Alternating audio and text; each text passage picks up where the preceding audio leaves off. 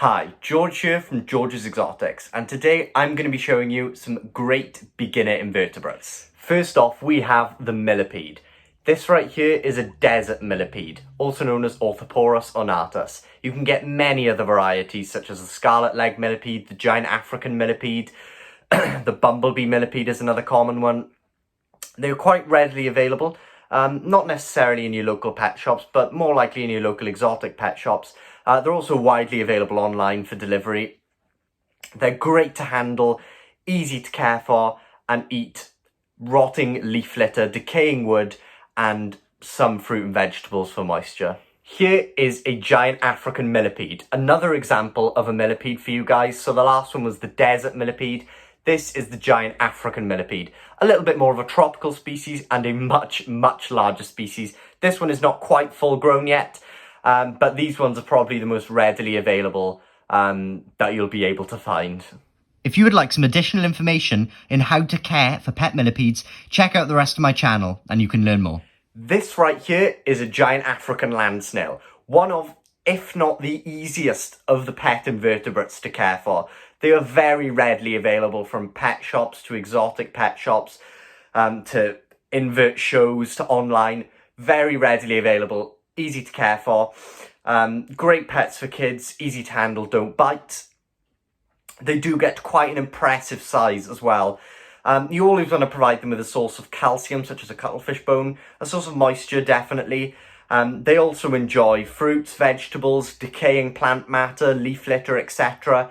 So a great, easy and simple pet to care for. Great with handling, easy pet for kids. If you're interested in learning more about the giant African land snail, please check out some other videos on my channel. And maybe I can give you some additional information about the care of these great creatures. This right here is an Indian stick insect. One of the most common stick insect species, most readily available, most commonly sold in your general pet shops.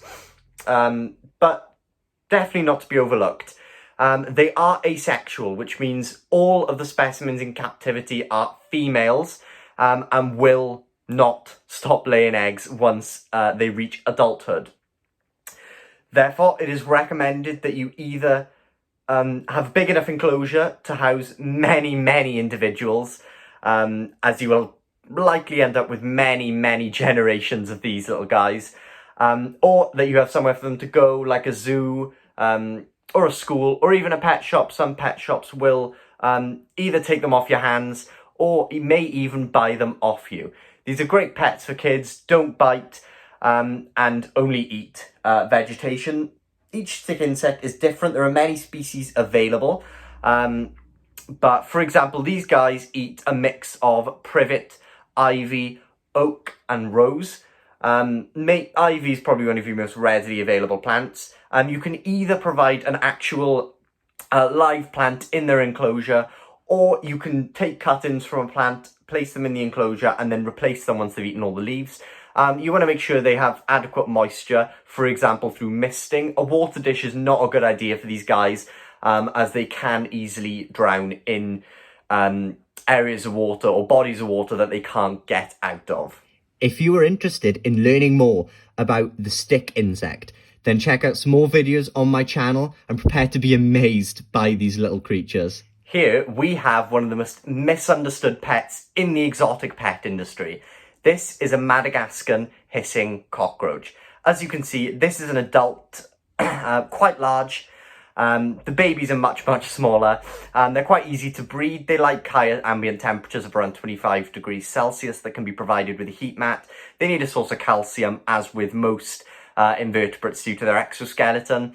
They're great little pets, easy to handle, and they eat, again, decaying wood, leaf litter, and a variety of fruits and vegetables.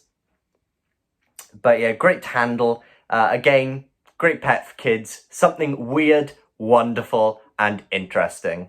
So there are many, many other great exotic pets out there, like my Horsfield tortoise here, Poppy, or my crested gecko, which you can just about see there in the background.